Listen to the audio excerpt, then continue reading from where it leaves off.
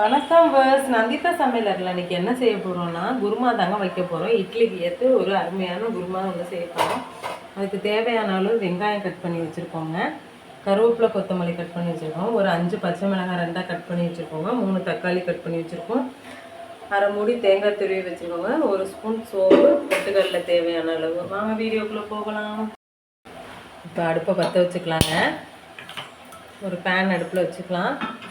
Pan நல்லா சூடாகட்டும். சூடாகிடுச்சுங்க. தேவையான அளவு நல்லெண்ணெய் ஊற்றிக்கலாம்.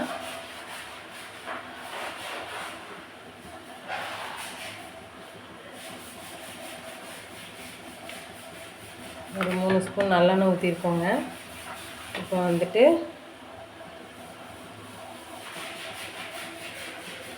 வெங்காயம் ஆட் பண்ணிக்கலாங்க.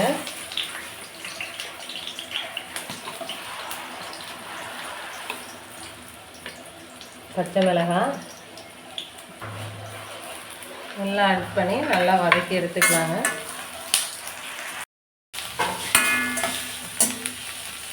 நல்லா வதங்கிருச்சுங்க. இப்போ அதில் தக்காளி ஆட் பண்ணிக்கலாம்.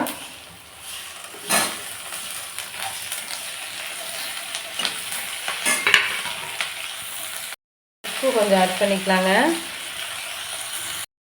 வெங்காயம் தக்காளி நல்லா கொஞ்சம் வதங்கிருச்சுங்க. அதில் தேங்காய், பொட்டுக்கடலை, சோம்பு எல்லாத்தையும் ஆட் பண்ணிக்கலாங்க.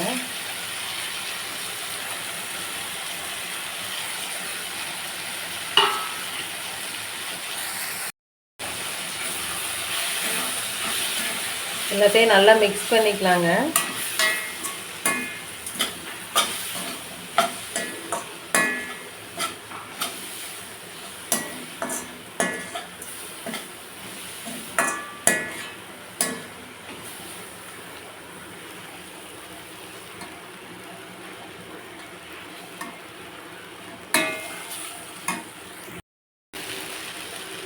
வதங்கிடுச்சுங்க.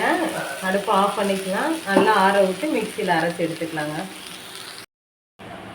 வதக்குனதெல்லாம் நல்லா ஆறிடுச்சுங்க. இப்போ மிக்சி ஜாருக்கு மாற்றி அரைச்சி எடுத்து அடுப்பை பற்ற வச்சுக்கலாங்க. பேன் அடுப்பில் வச்சுக்கலாம். நல்லா சூடாகட்டும். பாத்திரம் சூடாகிடுச்சுங்க. எண்ணெய் ஆட் பண்ணிக்கலாம். தாளிக்கிறதுக்கு தகுந்த மாதிரி எண்ணெய் ஆட் பண்ணிவிட்டு எண்ணெய் சூடாகட்டும். கடுகு போட்டுக்கலாங்க.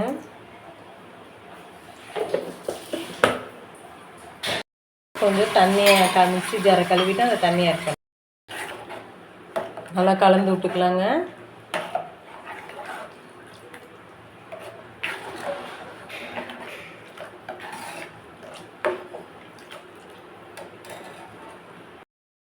தேவையான அளவு மஞ்சள்தூள் ஆட் பண்ணிக்கலாங்க. குருமாவுக்கு தேவையான அளவு உப்பு ஆட் பண்ணிக்கலாங்க. நல்லா கொதி வரட்டும். இப்போ குருமாவில் கட் பண்ணி வச்சுருக்க கொத்தமல்லி, கருவேப்பிலையும் ஆட் பண்ணிக்கலாங்க.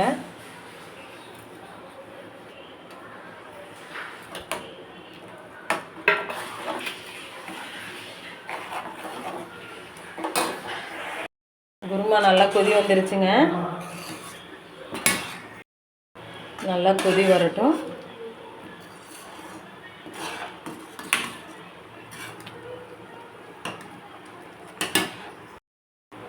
குருமா ரெடி ஆயிடுச்சுங்க. அடுப்பு ஆஃப் பண்ணிக்கலாங்க.